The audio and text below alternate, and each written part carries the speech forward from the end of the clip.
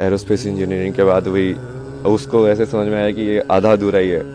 Film making भी की मैंने, डॉक्यूमेंट्री फिल्म्स में मेरी लाइक फिक्शन फिल्म भी है कि इससे तुमको क्या मिलेगा, मतलब ठीक है पैसे तो मिल जाएंगे बट वो क्या तुम वो वाली चीज़ पूरी लाइफ भर कर सकते हो क्या? सेम सत्य तक पहुंचा मैं जैसे भी पहुंचा लड़खड़ा के भटक भटक के, क्योंकि माया को तुम हटा नहीं सकते हो, क्योंकि वो माया बनी हुई इसलिए एंजॉय करने के लिए। तो किसी चीज़ सवाल के बारे में सोचना, बैठ के चिंतन करना, वो भी आध्यात्म ही है। चाहे वो मैथमेटिक्स हो, चाहे वो कोई फिजिसिस्ट हो, चाहे कोई कैसा भी साइंटिस्ट हो, वो बोलेगा कि नहीं नहीं मुझे इस पूरे सत्य को जानना है, तो वो वही चीज़ में पहुंचेगा फाइनली। ये बुढ़ा क्यों होता है, इंसान मरने के बाद क्या होता है, ये मृत्यु क्या होती है। अब आप सोच के देखो मृत्यु क्या होती है। ब्रह्म ज्ञान की प्राप्ति तो विराट कोहली की भी हो सकती है। वो बिना अपनी चित्त की मेमोरी को यूज करके एक शॉट खेल के दिखा दे, सिर्फ उस मोमेंट में रह के। क्योंकि उनकी हालत देखो ना, यूएसए के अंदर 50% लोग मेंटल हेल्थ प्रॉब्लम्स में हैं। अब क्या हो, ऐसा बनना चाहते हो आप, ऐसा बनाना चाहते हो देश को? तो आप सोचोगे यार ये लोग साइंस पढ़ के, ये एटम बम बना के, हथियार बना के ये दुनिया पे राज कर सकते हैं, तो मैं इससे बड़ा हथियार बनाऊं। तो सब उसी रेस में पड़ जाते हैं फिर वो, और उस रेस का तो कोई अंत ही नहीं है भाई। ये सारी चीज़ें सिर्फ आध्यात्मिकता से लिमिटेड ना हो। यहाँ पे बेसिकली महाकुंभ के अंदर देश के सबसे बड़े बड़े साइंटिस्ट में आने चाहिए। वो इसरो के साइंटिस्ट वही बैठ के तुम डिस्कस करो ना विज्ञान को। जैसे इस सवाल पहले भी से कुछ पूछा ना, कहाँ से आए हो तो उसको बहुत सारा जवाब देता था। कभी बोलता था कैलाश से आया हूँ, कभी बोलता था मैं कुंड से आया हूँ, कभी बोलता था यहाँ से आया हूँ।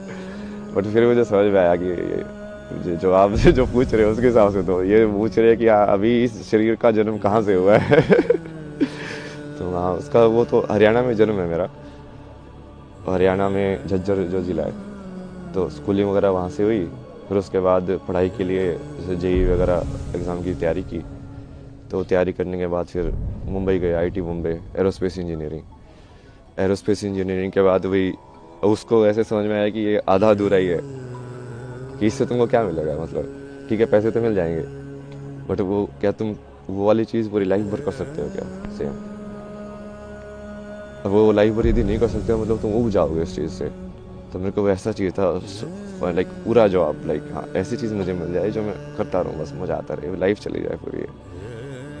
और उसकी खोज में तुम निकलते गए, फिर जैसे मीनिंग ऑफ लाइफ तुम ढूंढते रहते हो, यार ये लाइफ का मतलब क्या है, मुझे क्या करना चाहिए। आगे बढ़ते जाते हो, आगे बढ़ते जाते हो। इसमें बहुत सारे ऐसे रास्ते आए, बहुत सारी चीज़ें हुई बीच बीच में, यहाँ वहाँ मोड़ आए बहुत सारे। धीरे धीरे आके फिर तुमको वही फाइनली वही तुम वैसे ही देखते हो कि जो होना होता है वो वैसे ही होता है। तो वैसे ही हुआ, सत्य तक पहुंचा मैं जैसे भी पहुंचा लड़खड़ा के भटक भटक के। फिर उसके बाद अभी तो जैसे फिर उसको समझ में आया कि अभी जो भारत का जितना भी ये वैदिक जो ज्ञान बोलते हैं या पुराना जो संस्कृति ज्ञान बोलते हैं, वो सारा का सारा उसी के ऊपर डिपेंडेंट है। मतलब अपने जितने भी हैं ये नाट्य शास्त्र या जो भी बनाए गए हैं, वो सब आध्यात्म को केंद्र बिंदु लेके बनाए गए हैं।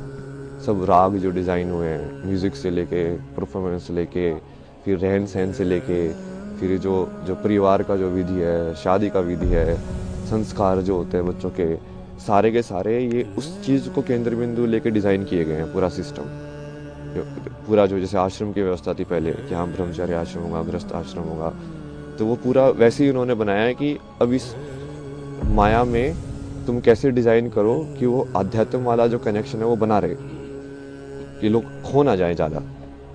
क्योंकि माया को तुम हटा नहीं सकते हो, क्योंकि वो माया बनी हुई इसलिए एंजॉय करने के लिए, इसको जीने के लिए। बट वो यदि कनेक्शन टूट जाएगा, जो कि अभी काफ़ी टूटा हुआ है, अभी लोगों को वही लगता है कि ये सब अलग अलग है, अलग अलग नहीं है, वही की चीज़ है वो। जैसे कौन क्या कैसा अध्यात्म है और कैसी कौन सी चीज़ें जिसने आपको ट्रिगर किया अध्यात्म इस स्पिरिचुअलिटी को? ऐसा तो कुछ नहीं है ना जिसने ट्रिगर किया स्पेसिफिकली, लाइक अलग अलग थे चीज़ें जो अलग अलग मोमेंट के लिए ट्रिगर करते गए। अध्यात्म में जाना है, क्या हुआ ऐसा? मतलब आध्यात्म आप किसको बोल रहे हो उसके ऊपर है ना जवाब। अब यदि तुम वैसे देखो तो किसी चीज़ सवाल के बारे में सोचना, बैठ के चिंतन करना, वो भी आध्यात्म ही है। चाहे मैंने कुछ भी पढ़ा हो या नहीं पढ़ा हो, शंकराचार्य को पढ़ा नहीं हो, विवेकानंद को पढ़ा नहीं पढ़ा हो, यदि मैं अपने में ही बैठ के सोच रहा हूँ, बैठ के जैसे रमना महर्षि थे, उनके दिमाग में एक दिन ये ख्याल आया कि ये मौत क्या होती है तो बैठ के उस मौत को देखने लगे यार कि अच्छा ये है क्या ये, तो वो तो उनको ज्ञान की प्राप्ति हो गई। अब आप क्या बोलोगे, क्या ट्रिगर था उसका, वो क्या जरूरी थी, कुछ जरूरी नहीं थी क्योंकि वो करने वाला तो अब वो अध्यात्म से रिलेटेड थे क्या नहीं थे, उन्होंने तो ऐसा कोई वो साधना नहीं की, कुछ संन्यास नहीं लिया, कुछ नहीं किया। तो उसमें भी वही है कि आप उस चीज़ को अलग करके देखोगे कि हाँ अध्यात्म में आ गए हो, ऐसा कुछ नहीं है। जो भी इंसान ईमानदारी से सवाल करता है, मतलब सत्यनिष्ठा के साथ कि हाँ अब मुझे इस चीज़ को जानना ही है, चाहे वो मैथमेटिक्स हो, चाहे वो कोई फिजिसिस्ट हो, चाहे कोई कैसा भी साइंटिस्ट हो, वो बोलेगा कि नहीं नहीं मुझे इस पूरे सत्य को जानना है, तो वो वही चीज़ में पहुंचेगा फाइनली। मतलब ऐसी कौन सी चीज़ है आज की पीढ़ी का जो आध्यात्म से एक अलग वो होता जा रहा है, उसको लेकर के क्या कहेंगे, क्या दृष्टिकोण है आध्यात्म का? क्या चीज़ है जो इस पीढ़ी को अध्यात्म से अलग कर रही है? दृष्टिकोण तो यही होना चाहिए कि ये सब उसी के ऊपर ही बेस है, कि जो बेस है वो अध्यात्म ही है। जो जिस चीज़ को तुम जहाँ पे हम जी रहे हैं उस जिंदगी में यदि तुम्हारे पास यही सवाल नहीं आया कि मृत्यु के बाद क्या होना है मेरा, और ये मैं जन्म से पहले क्या था, मैं कुछ था कि नहीं था, तो इस सवाल के बारे में तो सोचोगे ना। बुद्ध को यही तो सवाल आए दो चार, लाइक ये बूढ़ा क्यों होता है, ये इंसान मरने के बाद क्या होता है, ये मृत्यु क्या होती है। अब आप सोच के देखो मृत्यु क्या होती है। अब आप सोचोगे, चिंतन करोगे, आपको समझ में आएगा यार इसका जवाब कहाँ मिलेगा। फिर आप ढूंढोगे कि अच्छा तू दे सकता है इसका जवाब, तू दे सकता है इसका जवाब। मान लो सेटिस्फाई हुआ, आपको समझ में आया कि हाँ ये जवाब है, नहीं तो जो आप उसके जो पद्धति है उसको फॉलो करोगे कि हाँ अच्छा इसका ऐसे जवाब इसका पाया जा सकता है। तो उसके वही बहुत सारे तरीके हैं, बट वो हर चीज़ वही से रिलेटेड है। आप सेम चीज़ लाइक क्रिया योगा में मैंने लोगों का एग्जाम्पल भी दिया ना कि ब्रह्म ज्ञान की प्राप्ति विराट कोहली की भी हो सकती है। वो बिना अपनी चित्त की मेमोरी को यूज़ करके एक शॉट खेल के दिखा दे, सिर्फ उस मोमेंट में रह के, कि उस टाइम पे उसको मसल मेमोरी यूज़ नहीं कर रहा है वो कि हाँ ऐसे बोला ही तो मुझे ऐसे शॉट खेलना है, क्योंकि जनरली मसल मेमोरी यूज़ करते हैं, रिफ्लेक्स में होता है सब कुछ। बिना रिफ्लेक्स यूज़ किए उस प्रेजेंट मेमोरी में रह के यदि वो मूवमेंट कर सकता है तो वो क्रिया योगी बन जाएगा। ऐसे डांसर लोग भी कर सकते हैं कि यदि उस पूरी मूवमेंट को वो एम्बॉडी करें, पूरा चेतना के अंदर आए कि हाँ मेरा हाथ ऐसे घूम रहा है, पूरा देखेंगे हाँ वो क्रिया हो कैसे रही है, तो वो भी क्रिया योगी बन सकते हैं। तो ये कोई ऐसा नहीं है ना कि वो असली ज़िंदगी से सेपरेट है, ये एक ही चीज़ है। वो बस आप कितने डेप्थ में उसको देखना चाहते हो उसके ऊपर है। अभी हम पूरा सुपरफिशियल उसमें देख रहे हैं, और इसके भी बहुत सारे कारण हैं। मतलब ये पश्चिमी सभ्यता का असर है। अभी ये सुबह जैसे वो फ्रांस में एक थी, उनसे बात हो रही थी, वो यही बता रही थी कि वहाँ पे तो लोग बहुत क्लोज्ड है, मतलब, और वहाँ पे लोगों को इन सब चीज़ों में इंटरेस्ट नहीं होता है। लाइक सब इंडिविजुअलिटी में और लाइक मटेरियलिज्म को और के चक्कर में पड़े रहते हैं, जो थोड़ा बहुत असर हमारे ऊपर भी हो गया है। क्योंकि वो अब हमारे पर वो राज करके गए थे, हमारे अंदर इन्फीरियरिटी कॉम्प्लेक्स आ गया कि इनके अंदर कुछ तो बढ़िया होगा जिसकी वजह से ये हमसे पावरफुल बन पाए। तो हम फिर वो चीज़ को उसके पीछे पड़े हुए कि इनके पास जो था हम भी वही चीज़ सीखें ताकि वो चीज़ रिपीट ना हो। लेकिन वो सही अप्रोच नहीं है, क्योंकि उनकी हालत देखो ना, यूएसए के अंदर 50% लोग मेंटल हेल्थ प्रॉब्लम्स में हैं। अब क्या हो, ऐसा बनना चाहते हो आप, ऐसा बनाना चाहते हो देश को?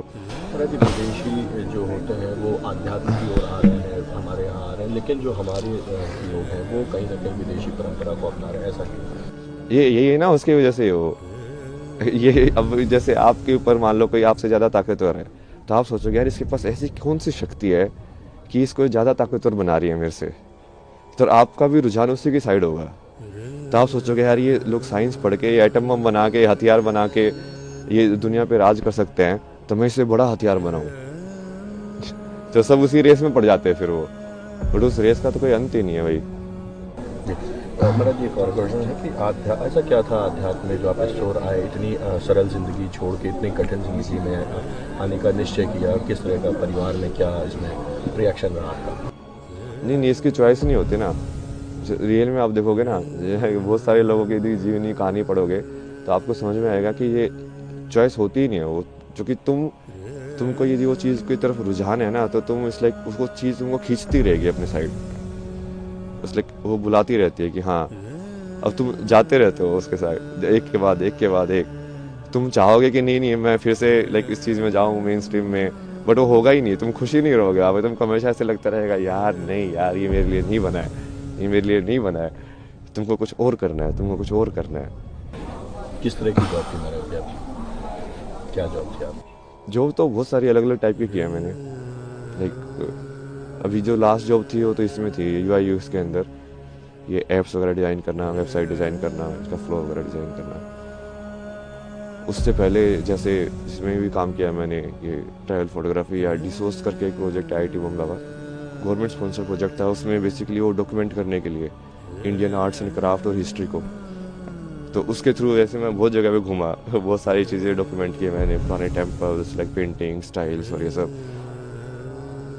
उसके बाद जैसे इसमें भी काम किया मैंने, मैगजीन्स वगैरह में, फिल्म मेकिंग भी की मैंने, डॉक्यूमेंट्री फिल्म्स में मेरी लाइक फिक्शन फिल्म भी है बहुत सारा कंटेंट है भाई। महाकुंभ को लेकर के क्या संदेश देंगे, किस तरह की व्यवस्थाएं हैं आपको, क्या व्यवस्था तो सही है। अब उसमें मेन जैसे मैं तो ये चाहता हूँ ना कि ये सारी चीज़ें सिर्फ आध्यात्मिकता से लिमिटेड ना हो। यहाँ पे बेसिकली महाकुंभ के अंदर देश के सबसे बड़े बड़े साइंटिस्ट भी आने चाहिए। वो इसरो के साइंटिस्ट वही बैठ के तुम डिस्कस करो ना विज्ञान को, और वो बोलो उन बाबा को कि तुम्हारे पास ज्ञान है तो तुम इस चीज़ का भी जवाब दो तो वो जब चीज़ें मिलेंगी तभी होगा एक साथ वो, कि वो तभी वो समझ में आएगा कि हाँ ये चीज़ें तो जुड़ी हुई हैं। हिंदुस्तान फर्नीचर हाउस से सजाएं अपना घर, डिजाइन देखकर रह जाएंगे हैरान। आज ही बुक करें Hindustan furniture house, Shahganj road, Jaldipur, Powai, Azamgarh. वर वधू के लिए आकर्षक इनाम व सामान की होम डिलीवरी फ्री। संपर्क करें 9616494347।